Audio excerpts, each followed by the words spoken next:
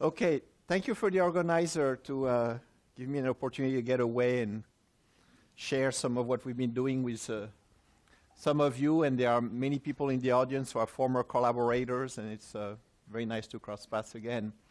So I was asked to talk about spatiotemporal dynamics and control of alternans. More recent work we've been doing is really more focused on the dynamics, so I'll discuss control and the outlook. I have not worked on control so much recently, but still some ideas. So the more recent work was done in collaboration with Juan Gabriel Restrepo, who was a postdoc in my lab a few years ago, and his grad student, Sebastian Scardal, who just got his PhD thesis and is doing a postdoc in Spain. So I'll be reporting on sort of a family work of a son and grandson.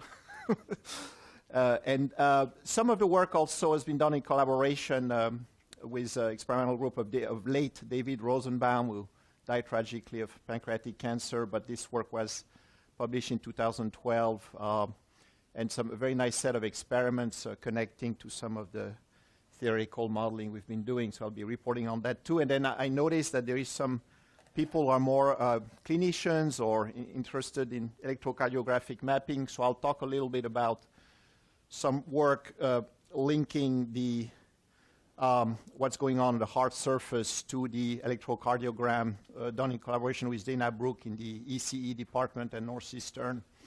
So the interest of alternance comes, from the clinic, the fact that the T-wave alternance test, if you have a little bit-to-bit change in the T-waves that's above some threshold, is a marker for sudden cardiac death. Historically, this is Ludwig Traub, a doctor, take the pulse of a patient. So this is the arterial pressure, 1872, noticing these bit-to-bit changes linked with sudden cardiac arrest. Of course, this well-known study in the New England Journal of Medicine linking the T-waves alternance to increased risk for sudden cardiac death. And then this sort of studies back of I don't know why, I have Nolasco and Dalla in 1999, I don't know this is 1968. Okay, and then showing that you can get alternans at the cell of a small tissue patch, and these are actually isolated myocytes of both the voltage signal and then the calcium signal. And this study was important to bring the attention to calcium. But then linking the single cell behavior to the T-wave alternant, a really key study was from David Rosenbaum's group. They image with optical mapping guinea pig's heart, and what you do is you record the voltage, you subtract the APD at 2 subsequent beats, and you get an APD alternance map where blue region go long, short, while red region go short, long, and then you have the nodal line in between the two. And so when this paper came out, Mari Watanabe was a cardiology fellow at Beth Israel, came to do an internship in my group to learn modeling, and then Flavio was a grad student at the time and did very nice simulation. So we decided to sort of take a Billereuter model and paste it in a cable.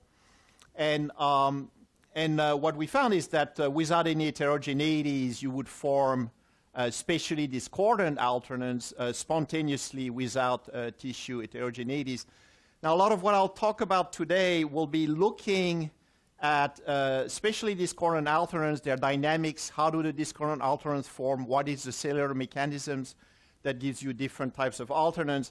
And so we'll be looking at alternans in this abstract way. And so I don't want to lose the audience because I know there are some of you, it's sort of, bread and butter to look at those graphs, but there are some of you that, maybe don't look at alternans every day. So I want to take you through how do you go from the spatiotemporal voltage map to this pattern. So if you have an action, so this is a cable which is being paced from one end. So if you look at any instant of time, you can take a snapshot of the action potential, and you can do a space-time map by shifting the curve of voltage versus space at different times. So this is, you see, every few milliseconds, you have another voltage profile, and then you shift it up. And so this is where you give the stimulus. So this is bit n plus 1, and so on. So here you're stimulating. You see the action potential propagates. There is very, very little variation of conduction velocity. But then if you look at the action potential, right, so you see that actually the wave back is developing a spatial modulation. So the way we plot this is that you go at one point in space and you record the voltage. And so now you look at it as a function of time. So time is this axis. And if you see here at this point, you're getting at bit n a short action potential, and at the next bit, the long action potential. So this is what's shown here, short and long. As I move in this region here, now I have a node where the APD is the same at 2 subsequent bits, because you see here, the APD was this duration here, and then the next bit, it's about the same. And then after that, now I flip the phase. So here I have long and then short. Okay, so you can, like that, turn a very dynamical pattern, because the action potential keeps propagating to the tissue, and you develop this modulation of the wave back. But actually, this pattern is actually stationary after you pace the tissue long enough. Then you can look at the activation interval, which is the time interval between activation. It's a very small oscillation, typically here, on the order of a few milliseconds. And then you can look at the conduction velocity, also how it varies along the cable. Yes, go ahead. Yeah. Yeah. Mm-hmm.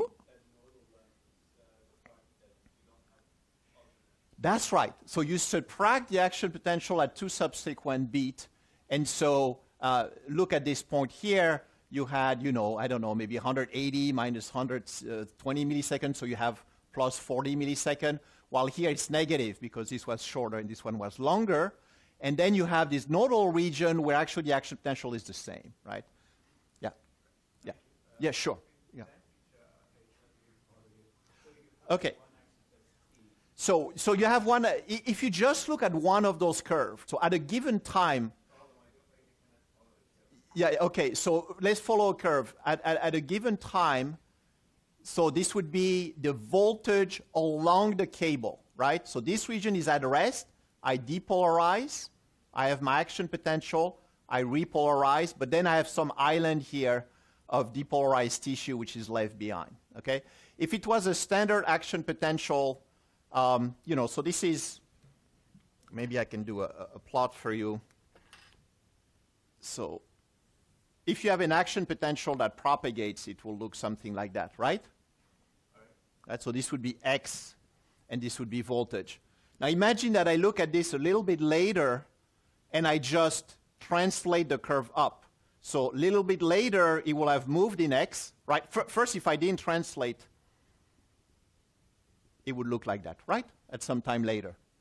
But if you look at all the curve like this, you don't see anything. So what you're going to do is you're just going to shift this curve up, right? So now it's going to look like this. And then like that, and so on. So here you have effectively the conduction velocity. I'm not drawing it very well, but we're just shifting these curves. Okay, is that clear? So this is what you're seeing here, and so the action potential duration is changing. If I look at a given time, you see here I have a short region where the voltage, where the cells are depolarized, then redepolarized, and so a normal action potential would just be a straight wave back. Okay. Yeah. Yeah. The peak of the action potential is this ridge here.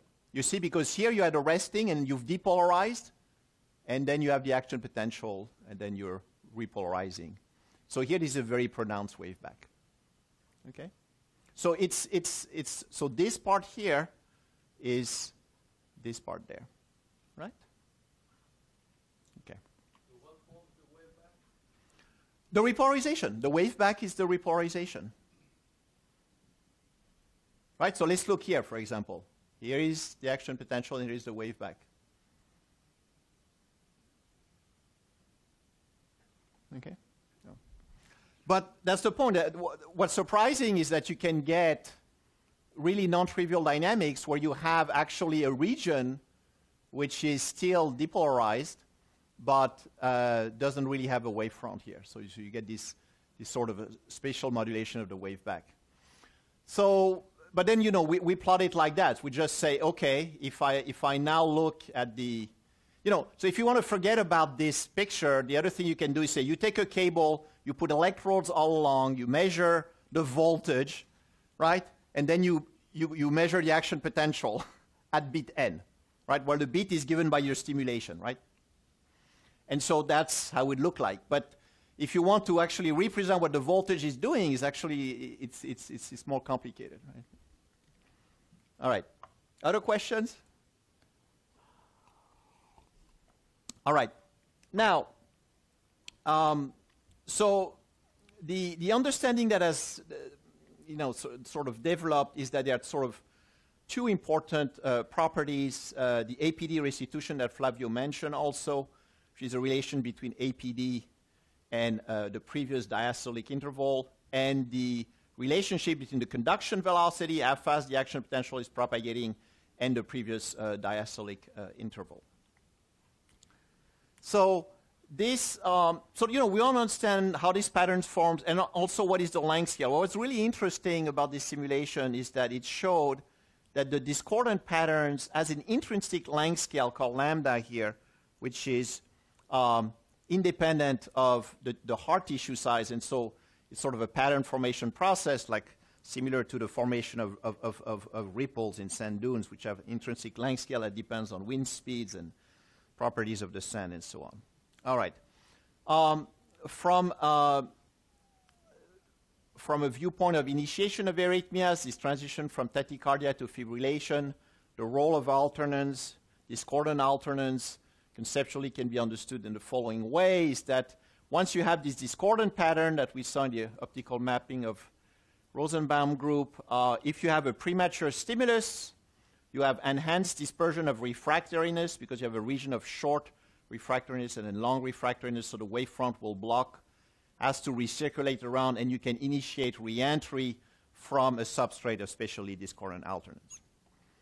Okay, so how do we go about modeling this? So there is your standard models that was reviewed by Flavio of the sort of Hodgkin-Huxley formalism that is basically trying to do a quantitative representation of ion channels that are present in the heart. Markov models take into account the fact that ion channels make a thermally activated transition between different states. And once you couple the cells in tissue, you get the well-known cable equation that represents the propagation of the action potential. So there are two signals which are coupled. There is the transmembrane potential, and there is a calcium transient, the release of calcium from intracellular store. So you can, try to approach the alternance problem from ionic model simulations, and we do that. But the other method is to look at iterative maps. And so iterative maps have a long history in this field. So Nolasco and Dallin did it graphically, and then Glass and coworkers, 1980s, did it more mathematically. And so the restitution curve, let me just step you through this, although Flavio mentioned it. So this is the relationship between APD and DI. So as the DI gets shorter, the APD gets shorter, so there is enough time for your heart to fill with blood as you run faster and the heart rate goes up. And there is, so from just this relationship, knowing the APD depends on previous DI, you get the next DI, because then the APD and the following DI will be asked to be equal to your pacing interval, and that blue curve is APD plus DI equal T.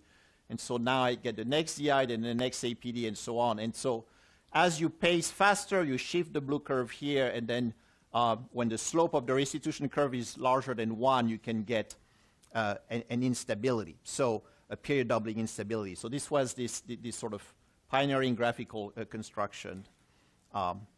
Now, to understand the formation of discordant alternans, qualitative picture, you can, so there's sort of 2 or 3 slides just to step you through here.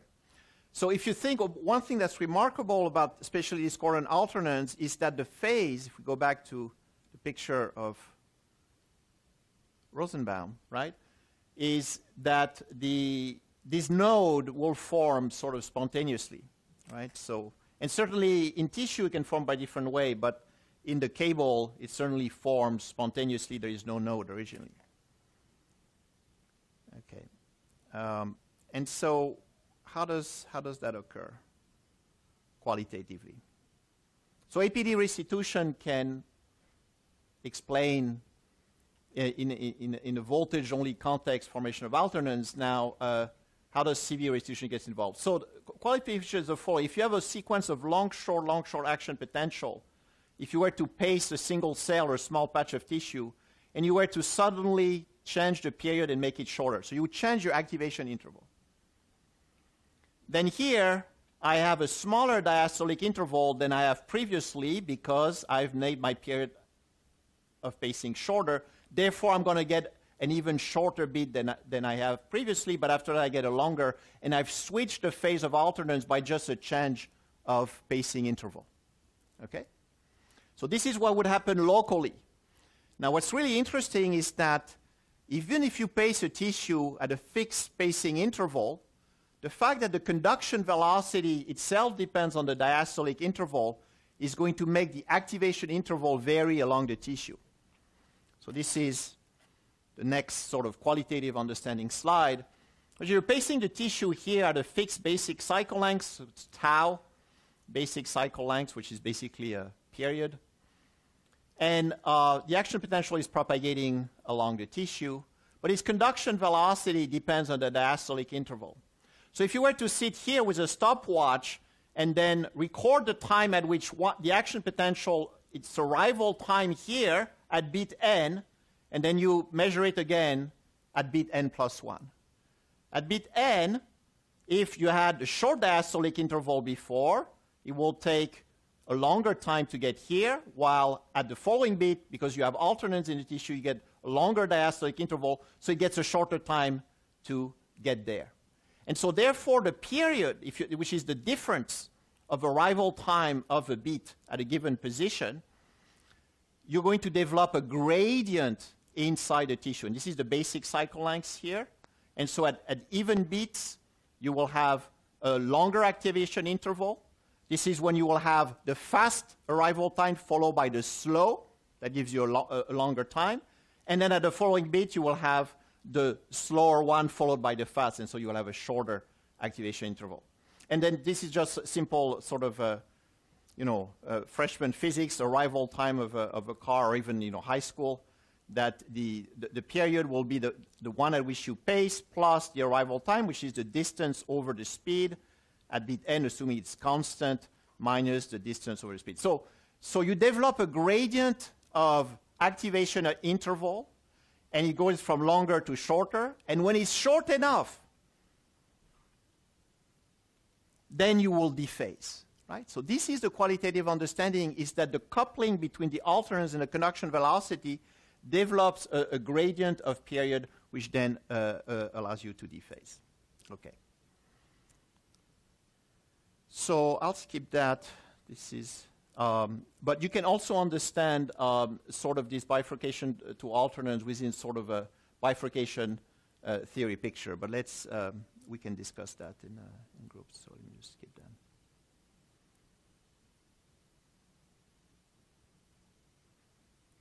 Okay.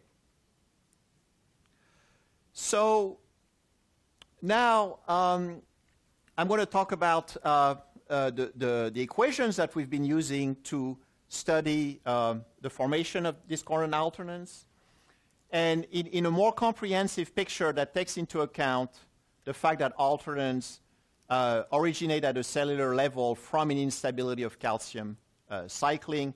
There is now overwhelming evidence that under many conditions, the alternans originate from an instability of calcium cycling, and the voltage alternans are due, therefore, to the calcium. Now, of course, restitution and voltage can also still be an important mechanism, but this is the framework in which we want to understand that.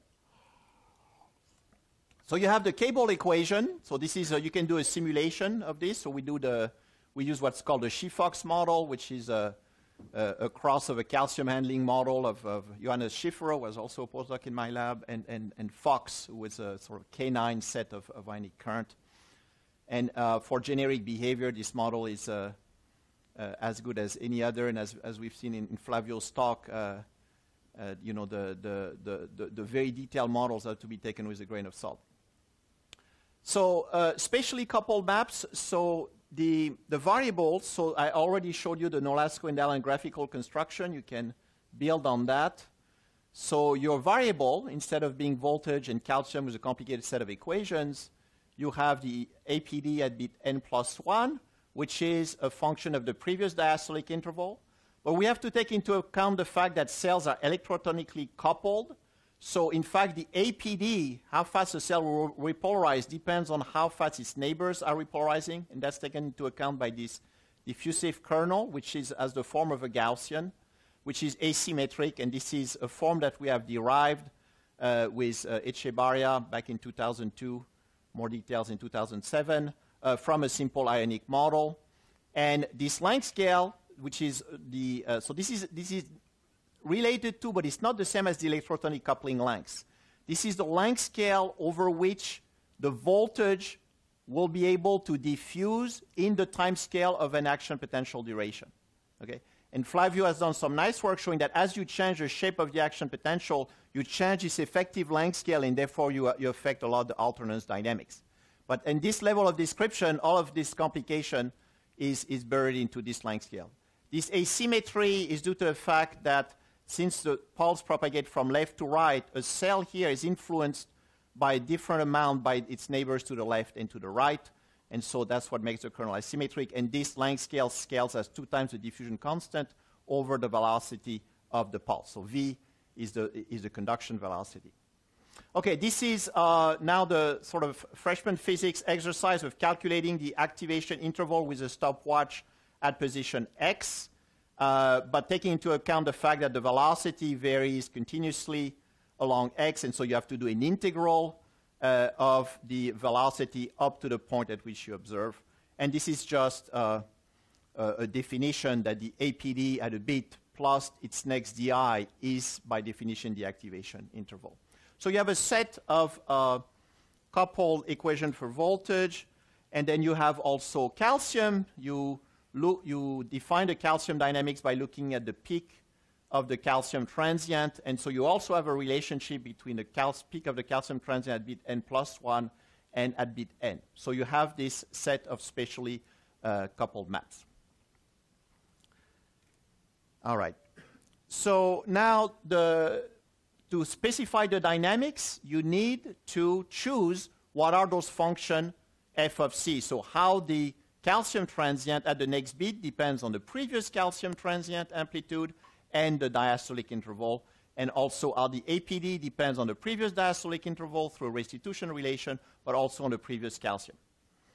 So how do you make this choice?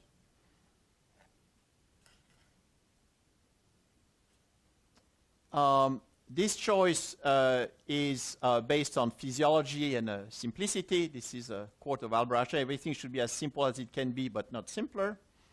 So you look at the dynamics near the fixed points. So you have Cn, An, and Dn. Okay, so you look at how the bit-to-bit changes of calcium transient, APD, and diastolic interval near the fixed point values of the one-to-one dynamics. And so the calcium transient at n+1 is given by this function here. And so you have 2 terms here. The first one here is just the instability of the local calcium dynamics. So the parameter R, when it's greater than 1, gives you a period doubling bifurcation of just the calcium dynamics. And f of c is just c cubed, is just a simple nonlinearity to get a pitchfork bifurcation. This second term here is the voltage to calcium coupling.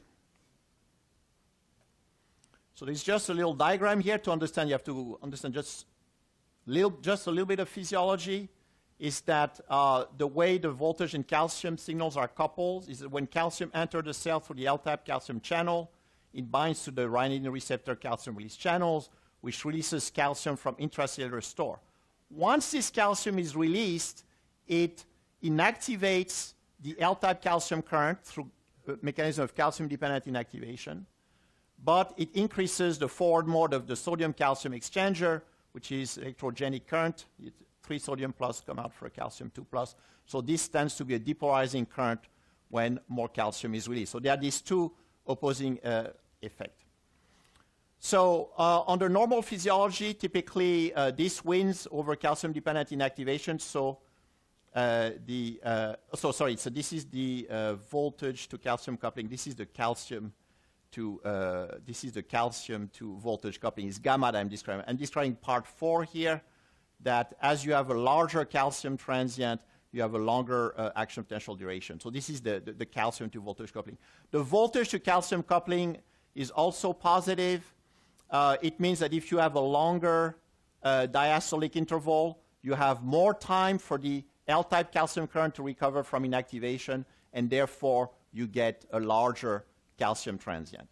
Okay, so, and then this is just the APD restitution slope. Okay, so we have captured in terms of a few basic parameters some basic physiological coupling between the calcium transient and the action potential duration.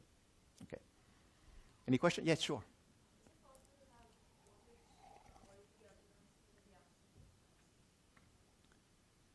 Yes, you can. I mean, certainly in mathematical models you can, and there are probably experiments there must have been a set of experiments done. I don't know, maybe Flavio or somebody else knows, where you would buffer calcium with EGTA, with a lot of EGTA, abolish the calcium transient and still get alternans. Yeah. In the fish heart.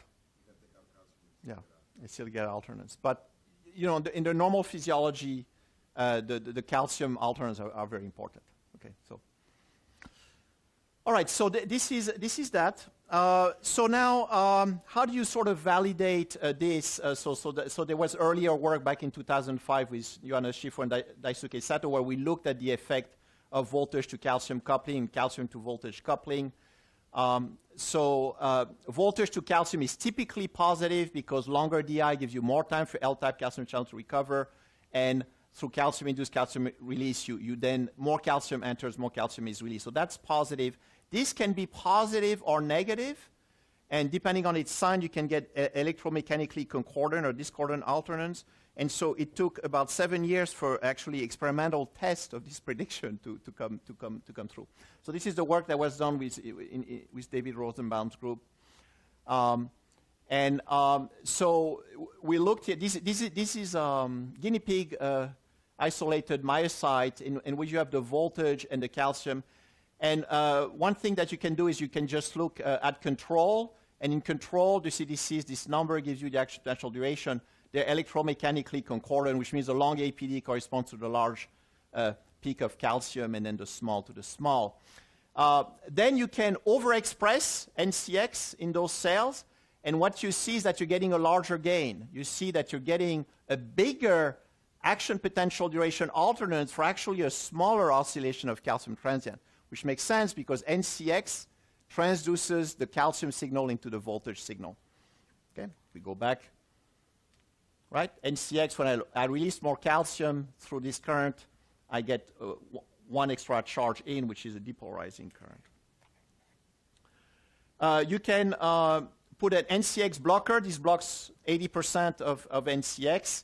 And now you reverse the phase of alternance because you're shifting the balance towards dominance of calcium-dependent inactivation. You have long, short, long, short. If you use trioxide arsenic, so you have to be careful, then actually you have this makes ICA larger. It's an agonist of ICA, and it gives you also discordant alternance.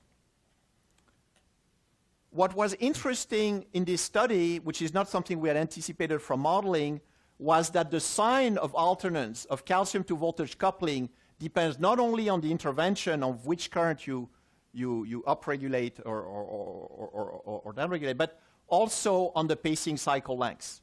So at 330 beats per minute, you have positive coupling. At 240 beats per minute, you have negative coupling. And so experimentally and also in the modeling, this was understood that as you pace faster, so this is here the amplitude of the calcium current measured, and as you pace faster, you reduce the amplitude of the calcium current, which has less time to recover from inactivation, and therefore you shift the balance from calcium-dependent inactivation to NCX towards NCX. And so this is an important finding. And so this is sort of the summary of those experiments. This is the calcium to voltage gain. And so when you increase NCX, you have a large calcium to voltage gain. And then when it's decreased, depending on the pacing cycle lengths, you have either positive or negative coupling. And when you increase ICA, you tend to have very little gain.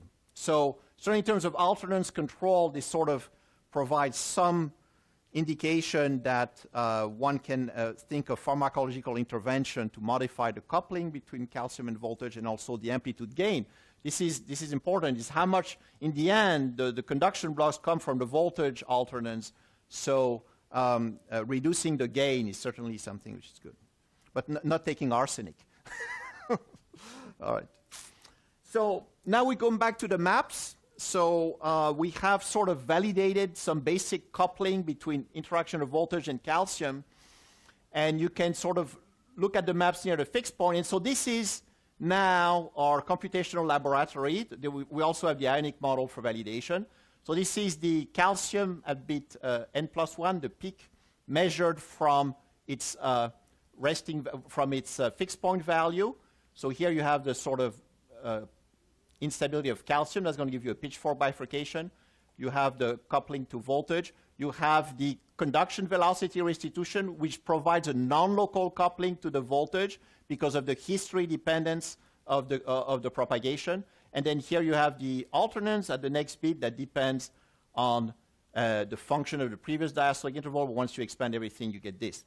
Okay, so now you have a set of coupled maps, and there are 7 parameters. So you've gone from, dozens and dozens of ionic model parameters in terms of, a set of 7 parameters that gives you sort of, an understanding of what physiological parameter may matter. And as you change ion channels, you're sort of effectively changing one of those parameters. So R is the strength of calcium instability. I'm not going to get into the details of the current theories of cellular mechanism of calcium instability, but there are different mechanisms. But R is between 1 and 2 is the range where you get the pitchfork bifurcation. If you only had calcium dynamics, gamma is the calcium to voltage coupling, which is taken to be positive, and alpha is the voltage to calcium coupling, which is positive. Beta is the restitution slope, which we take to be less than 1 because typically the restitution slope is not steep enough to produce alternance by itself. And then you have length scales. You have 2 short length scales, so the one that are given by diffusive coupling, back to the cable equation. This is of order millimeters. This is sub-millimeters. And then you have a length scale, which is the length scale over which CV restitution acts. If you remember, I showed earlier that because conduction velocity varies, you get a gradient of activation interval. And there is a scale of that gradient which turns out to be the conduction velocity at the fixed point of the bifurcation squared over twice the slope of the restitution curve, dV di at that point. And that length scale can be much larger. This can be several centimeters to even 30 centimeters. We computed that for the Noble models and some older ionic models and came out with very large length scales. So you have sort of 3 length scales that are important, and then these parameters. Okay, so now what I will do is to show you a little application that Sebastian Skardal has built, which is really wonderful. And guys, anybody can have a copy. And so it simulates in real time those equations. And so here are the parameters. So this is here we have doing voltage and calcium coupled. And here is the, in yellow, the calcium alternance, and V in red is the voltage alternance. So it's the same pattern that we looked at on that plot where you asked me that question, right? But now, actually, the pattern is changing in time. So we're R here. This is the degree of calcium instability. We've taken the voltage-calcium coupling to both be positive. The restitution slope, we set it to 0 because we're interested in mainly calcium dynamics. But you could increase it a bit if you want. Right, doesn't have a dramatic effect. You still get moving. So you get moving nodes. So we'll set it back to 0. And so what would you like to vary?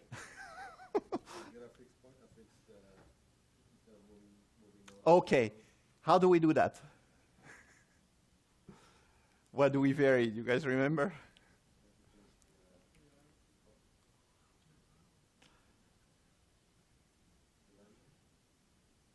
We have to vary,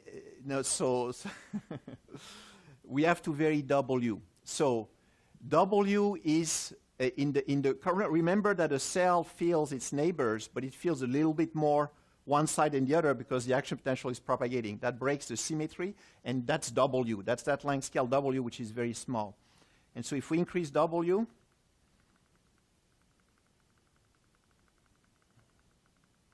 and we're going to shorten lambda to have few more nodes. But of course, that increases, so I have to increase W even more.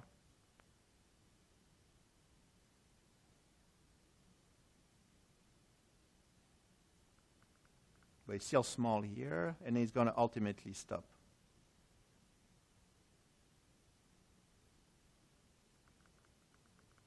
Okay, maybe I have to increase lambda. There he goes. Okay? So this is all the work that we did with HMI back in 2002 and 2007. And there are two types of waves. You can get standing waves or traveling waves.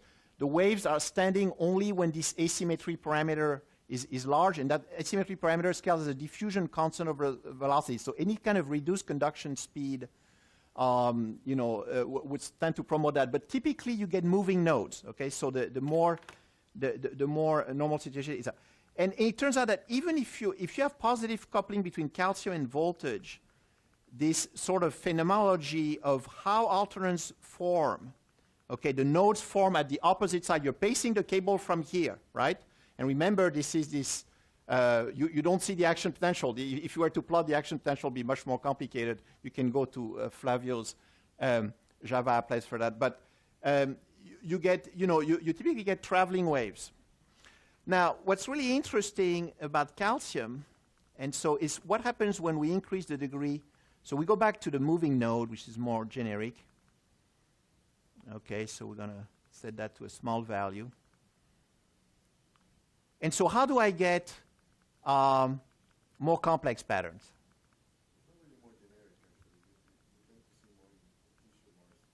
Yeah, because you have heterogeneities. Yeah, you have heterogeneities. It's true. Yeah. But if you change the pacing cycle lengths, you can get nodes to move. Okay, so it moves. Okay, and so what parameters you want to vary? You have the physiology. You can change the degree of calcium instability. You can change the coupling between voltage and calcium. You can change the steepness of CV restitution. So as you make CV restitution stronger, this length scale lambda gets shorter. And so we're going to change the degree of calcium instability. Okay, so we're going to make alternans more pronounced. So what's happening? Okay, just rescale. You see? The nodal region here, so the yellow is the calcium. The scale here is that each point along this simulation is about 80 microns. It's about the scale of a cell. Okay? So what you see gets steeper. And ultimately becomes discontinuous. And so, our chairman did work on this in 2008. We also did work. So this is a known effect that calcium alternans can become discontinuous from one cell to the next, or even within a cell. But that then blocks the traveling of the node. Okay? So these are these discontinuous pattern, and then I'll just pause for a second. Yeah. Yeah. Is a one-valued function, sure. Well, yeah, but if you were to, it can be b-valued, but how do you know it's not calcium that's making it b-valued? Yeah. Right.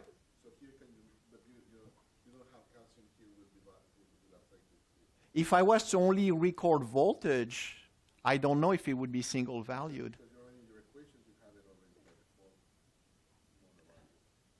Yeah, but the calcium is changing also. So if I was to only record it, how would I know it's single-valued? The map gives you that APD depends on previous DI and calcium, but calcium is also changing.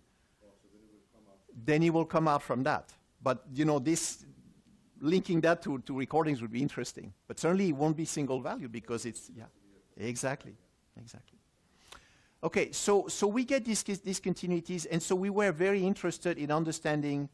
So basically, if you decrease the degree of calcium instability, you go back to the moving node regime. Okay, so you have smooth traveling patterns, and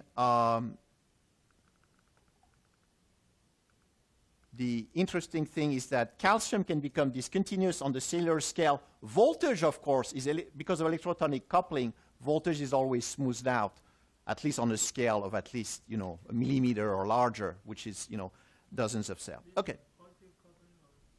This is positive coupling. If you get negative coupling, you will get a very complicated pattern, right? Which are very history dependent. But the point is that you can, if the calcium instability is large enough, you develop discontinuities even in the case of positive coupling. Okay, which is sort of interesting case. You say something about the like scales between the nodes. Yes. So now I'm getting into so this was just to show how the app works, and then now we will discuss the theory. Okay. So one thing you can do, and since it's a mathematical institute, that maybe you shouldn't be ashamed just to show that one can actually do some theory. You start from this set of spatially coupled maps, and you can do, so this is just showing you plots of what I just showed you, that you can get smooth traveling patterns.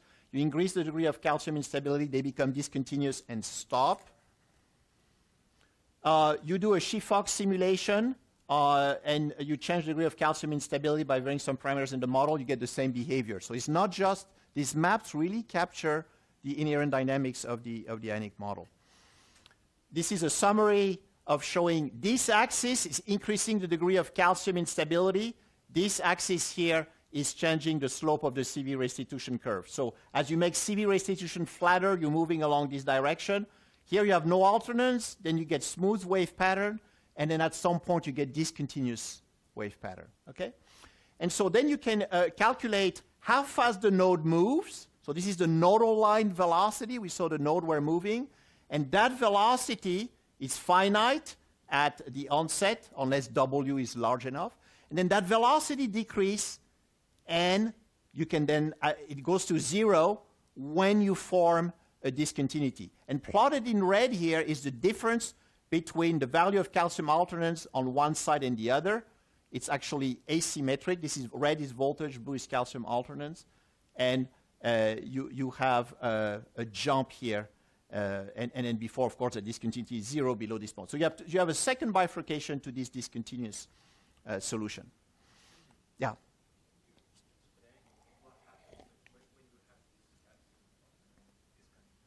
Yes, well, I'm going to explain that. So it's just a phenomenon. So for now, we just solve the ionic model simulation. And in an ionic model simulations, you observe that in the spatially coupled maps, you have that. After that, you have now a theoretical framework in which to address that question, which is actually a very, very subtle question. And you know, it's, maybe we can discuss it in the workshop, because to really understand it, it requires some background, but I'll try to allude to some of it. Okay, so this is just, you do the simulation and then you measure your velocity, you see that at some point, boom, you form a discontinuity, and then you make your plots. So Neil asked me about the wavelength. So the smooth wave patterns, you can analyze by just doing a linear stability analysis. You just have eigenvalue lambda. When lambda absolute value is larger than 1, then the eigenmodes grow. E to the ikx is a sinusoidal perturbation of both voltage and calcium. You get an eigenvalue equation for lambda. And then you have a condition of absolute instability to actually get the eigenvalue.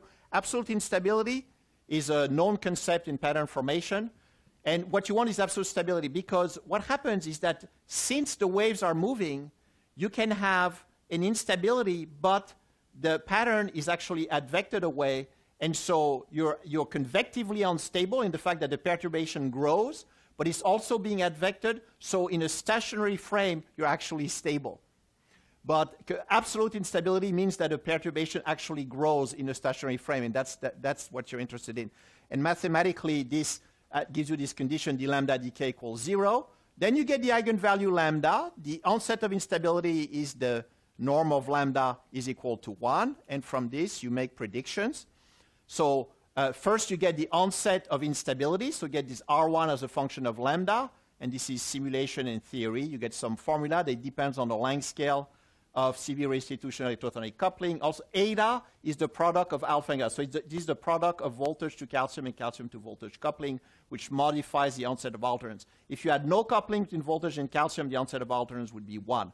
So there is the threshold gets modified by voltage to calcium coupling and also electrotonic coupling through this length scale. This is the length scale. For smooth pattern, the spacing between nodes turns out to be is the same as for the pure voltage case. It's still the 1/3.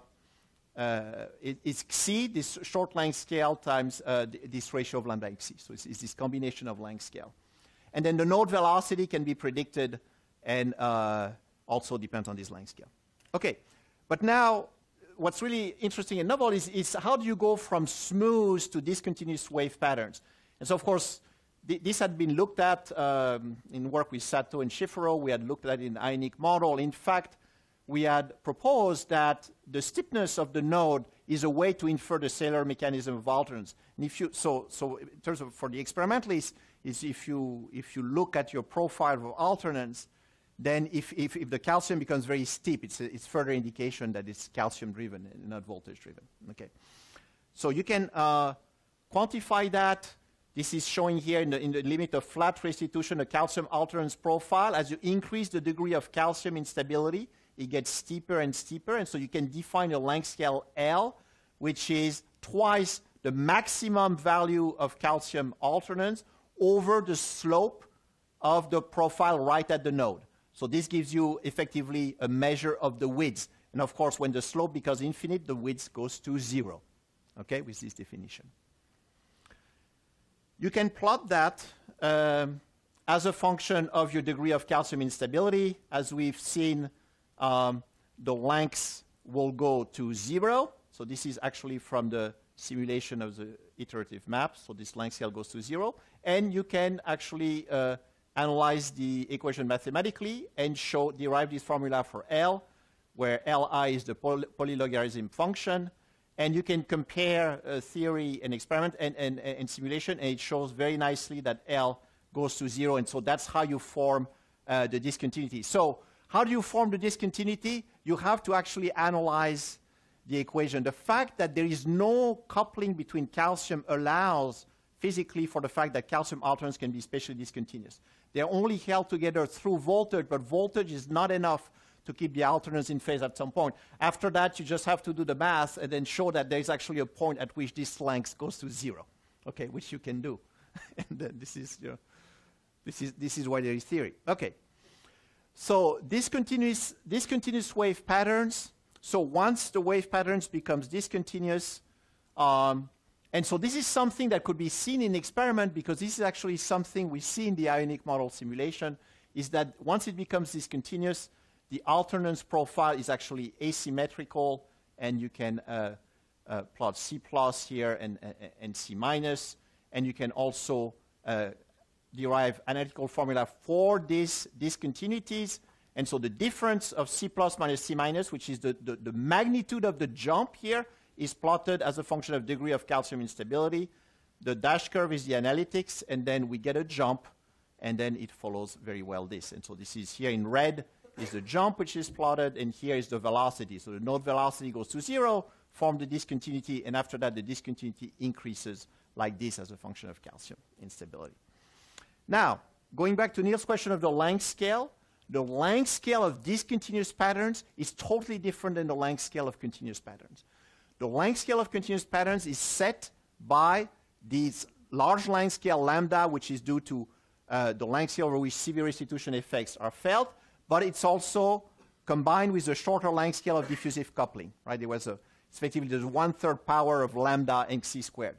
The discontinuous pattern, since the node is primarily given by the Alternans concentration, which has no diffusive coupling, the position of the first node is plotted here as a function of lambda. Lambda is the scale related to severe restitution. It's linear with lambda. So as you flatten severe restitution, you increase the node position and the spacing between nodes linearly with lambda. And this is shown for the simulations. You can validate these results in ionic model simulations. That takes a little bit of work, but you could do it for any ionic model. You can vary severe restitution by changing the kinetics of the sodium current. How the sodium current recovers from inactivation tells you the time scale over which the conduction velocity is going to change as a function of diastolic interval. And so you can change the severe restitution curve by changing this time constant, the scaling time constant of the J gate, which is for the aficionado of Ashkenazi model of cardiac, is the slow gate of recovery of inactivation. Then you can measure the slope, and you can do a plot that relates lambda, this length scale of severe restitution, to tau. So we now have in the ionic model, we know how lambda varies with that parameter tau, and then we can look how the spacing between nodes depends as a function of lambda. It's not as linear as with the map, but it's pretty good. It's a pretty good linear relationship. Okay. Now, how much time do you have? Okay, all right, okay, good. So, this is the last phenomena that I'll discuss, and I'll illustrate it first. Unidirectional pinning, with going back to the visualization here. Okay, so let's reset the cable. Okay, so here, and then let's go in a discontinuous regime. So we increase the calcium instability. Okay, let's reset the cable, random initial conditions. So we have several nodes. Okay, now what happens if I increase CV restitution slope here? Okay, I'm going to decrease lambda. What do you think happens? Well, there should be more nodes, but they start to move, right? They move to the left. Yeah, they move to the pacing site, exactly. Exactly. So this is what happens. Perfect. And then they'll stop to a new position. Now, what happens if I now flatten CV restitution? Okay, so let's try it. Let's try it. They stay in place. Okay, so we were surprised by that result, and so we wrote a PRL and explained it. It's called unidirectional pinning. Once the nodes are if the Alternans profiles are smooth, there is no hysteresis. You can change the system's parameter. The nodes will move towards the pacing site or away. Once the node becomes discontinuous, there is very strange behavior, which is linked to the discontinuity, that you can move towards the pacing site, but not away from the pacing site. Very strange behavior, but again, it comes from the fact that this dynamical system is semi-discrete, right? It's calcium. Usually when you have a dynamical system, everything is continuous. So you have theorems, you have things that come from continuity. Here you have something which can become discontinuous in space, one of the two variables. And so that property comes from that. I just wanted to demonstrate it. And we can understand that. Yes? If you look at a cell, right? Yeah. Cell, mathematically, just have a sharp. No. So in the limit, so you can look mathematically, and in fact, if you analyze the equation, so physically there is of course diffusion of calcium within the cell and a little bit in between cells. So it will be healed within the cell on the 10 micron length scale. But if you solve equations without this regularization, without the diffusion of calcium, then you form finite time singularities.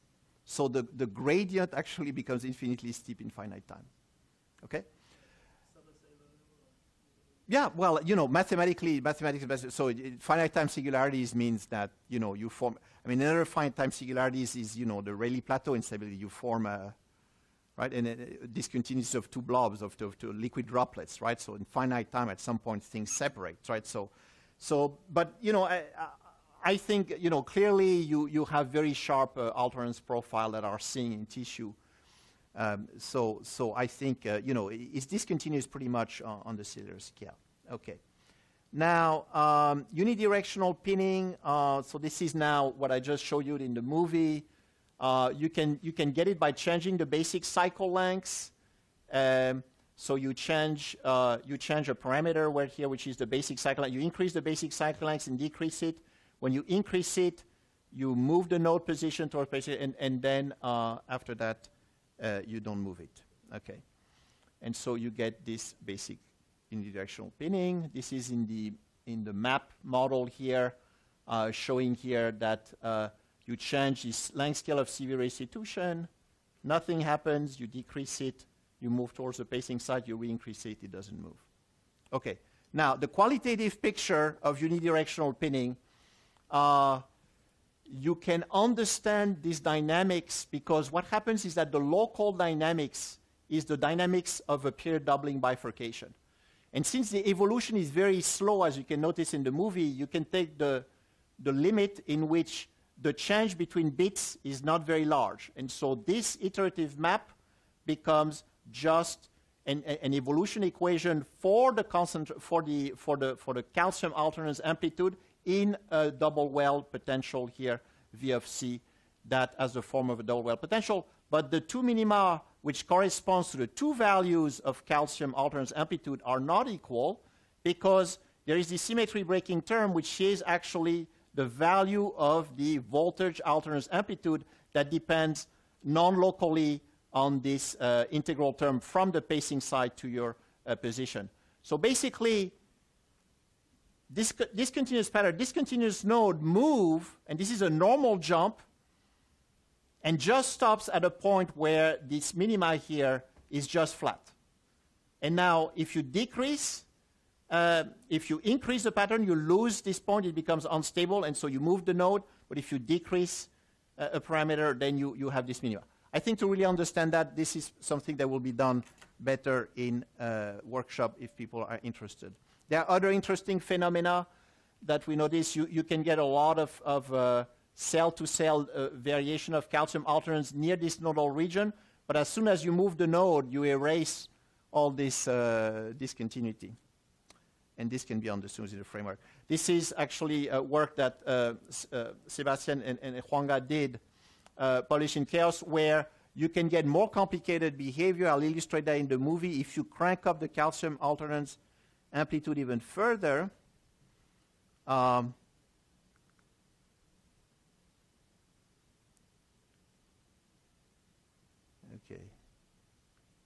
let's see here. Oh, I see.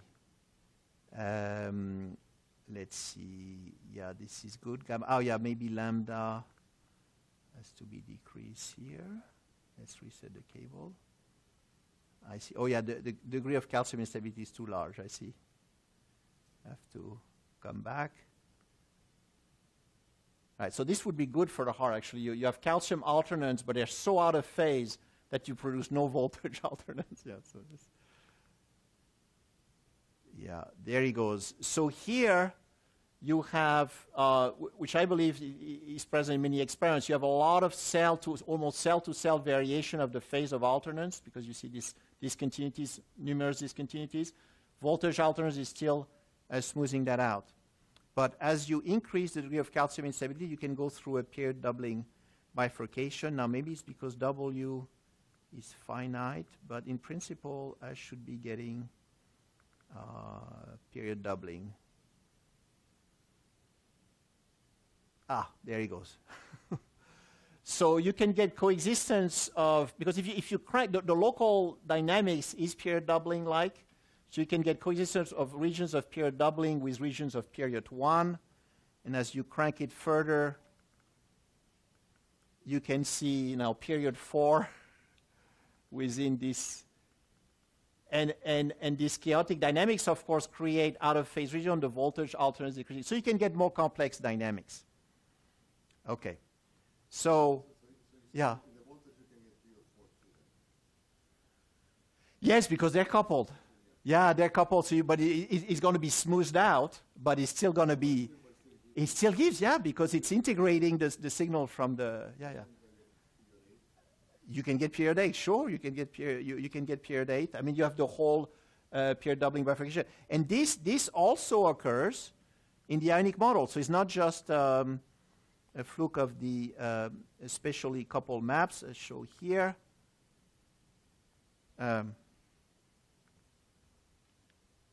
Yeah, so these are the spatially coupled maps, and these are the ionic model simulations showing, of course, more complicated but similar behavior of coexistence of period 1, period 2, and more complex chaotic dynamics. So it's very rich what you can get just in a one-dimensional cable from basic coupling of voltage and calcium. Outlook, so this is going to go fast, and it's just mainly to set up discussion, say other things. So I was asked to talk about control of alternance, and this is work done with Trina and David Christine's group a few years back.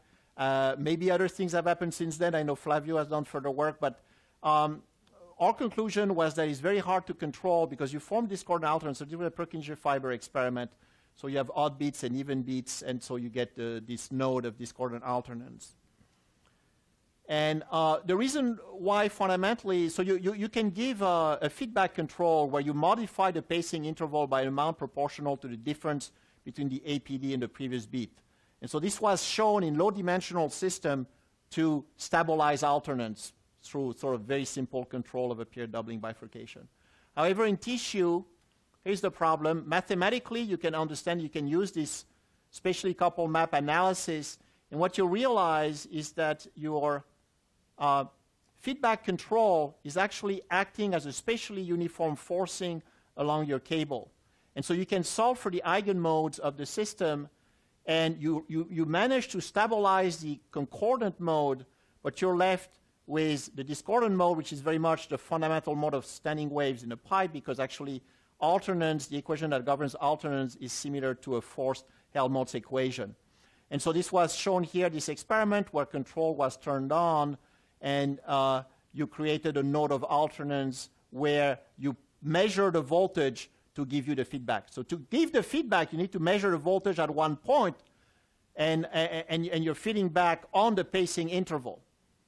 And then further work that Trina did, where we now shift the point at which we record the voltage to give the feedback on the pacing, which is always, of course, at this end of the cable.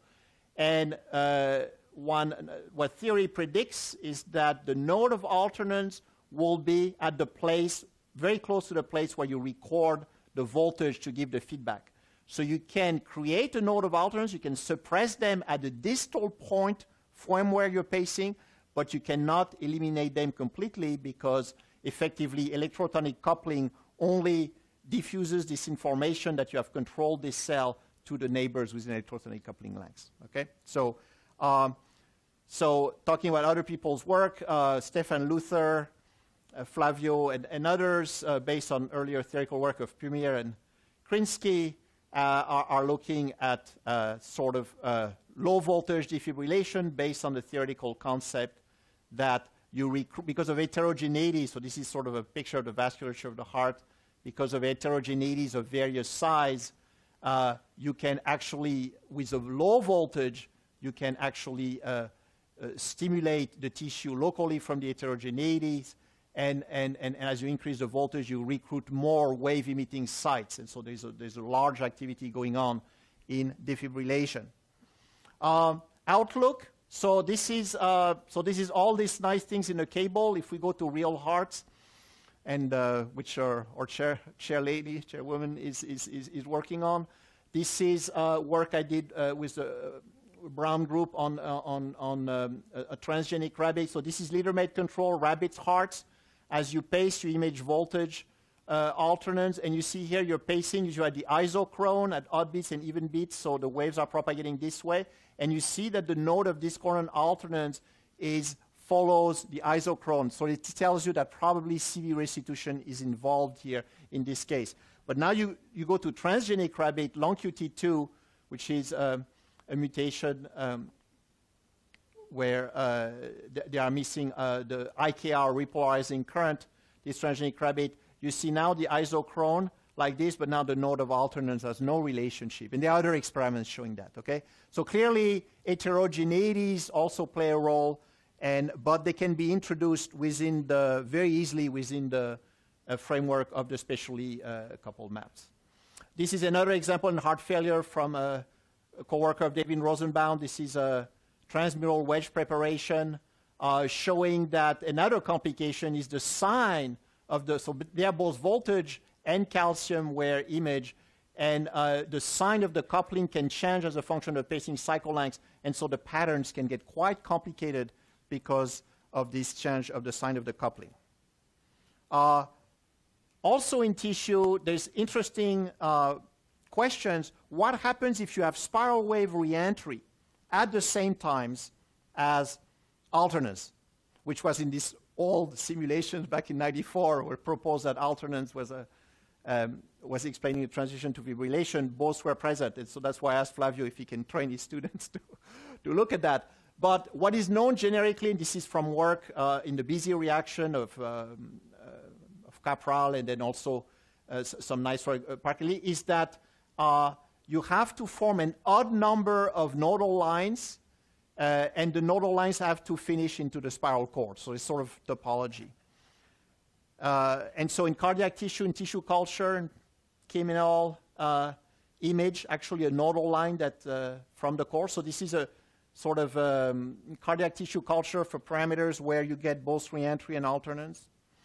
And we looked at that in the ionic model simulation. This was some work a few years ago, and I show you a movie. And what we found is that if there was no anatomical obstacle, so if you just have functional reentry, this is a case of non-meander, you generically form 3 nodal lines.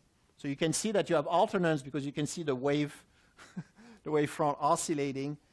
If you have functional reentry meandering, still you form 3 nodes of alternans. Now, imaging this stuff is not easy because you see you have a bunch of voltage and calcium recording. You have to do a lot of filtering of the data to get the alternans phase. But now if you have an anatomical obstacle, you form a single node, right? And why it rotates around. Okay, and you can understand this within the alternance picture as eigenmodes of the Helmholtz equation in a geometry where the amplitude has to vanish in the core, and you can have solution with 3 nodes or 1 nodes. There's also some complexity at the single cell level. I like to show this movie that this is calcium alternans in a single myocyte. This is Lai Wai when he was with Jim Weiss who did those experiments. So this rabbit myocyte. So here you're just seeing the calcium signal. So calcium is alternating, and then here you have the phase of alternans. So blue and red, you get large calcium transient, small calcium transient, or large calcium concentration, small. And what you see is you get a nodal line, you see, that is forming along the cell. But then that nodal line is going to shift around and do complicated stuff. And there'll be some talk later this afternoon by Johannes Schifferow describing some work, and also Dave Christini, based on concept of Turing instability and also control at the single cell level, changing the sign of the coupling. Then I'll conclude with the clinical end. So I know there are people interested in electrocardiographic reconstruction. So this is a T-wave alternance test. You put a patient on a treadmill, and if the T-wave alternance signal recorded from a few precordial leads is larger than 2 microvolts for more than a minute, actually 1.9 microvolt, then it tests positives to the T-wave alternance test. The goal of our study was to link the pattern of alternance on the heart surface to the electrocardiographic pattern to try to differ between discordant alternance, especially discordant alternance, and concordant alternance, with the idea that discordant alternance is more arrhythmogenic and that one could refine that test. So we generated, with an anatomical heart model, discordant patterns, and we fed it through ECG SIM, and this is work done in collaboration with Dana Brooks. And in fact, what we found so far, this is still ongoing work, is that there is, so here, of course, ECG SIM gives you a full voltage map, and there is indeed a correlation between the map of alternance pattern and the map on the body surface. And so I think this is certainly also an interesting avenue to pursue. And I think I've outdone my time, and I will stop here. Take questions. Okay. All right. Okay.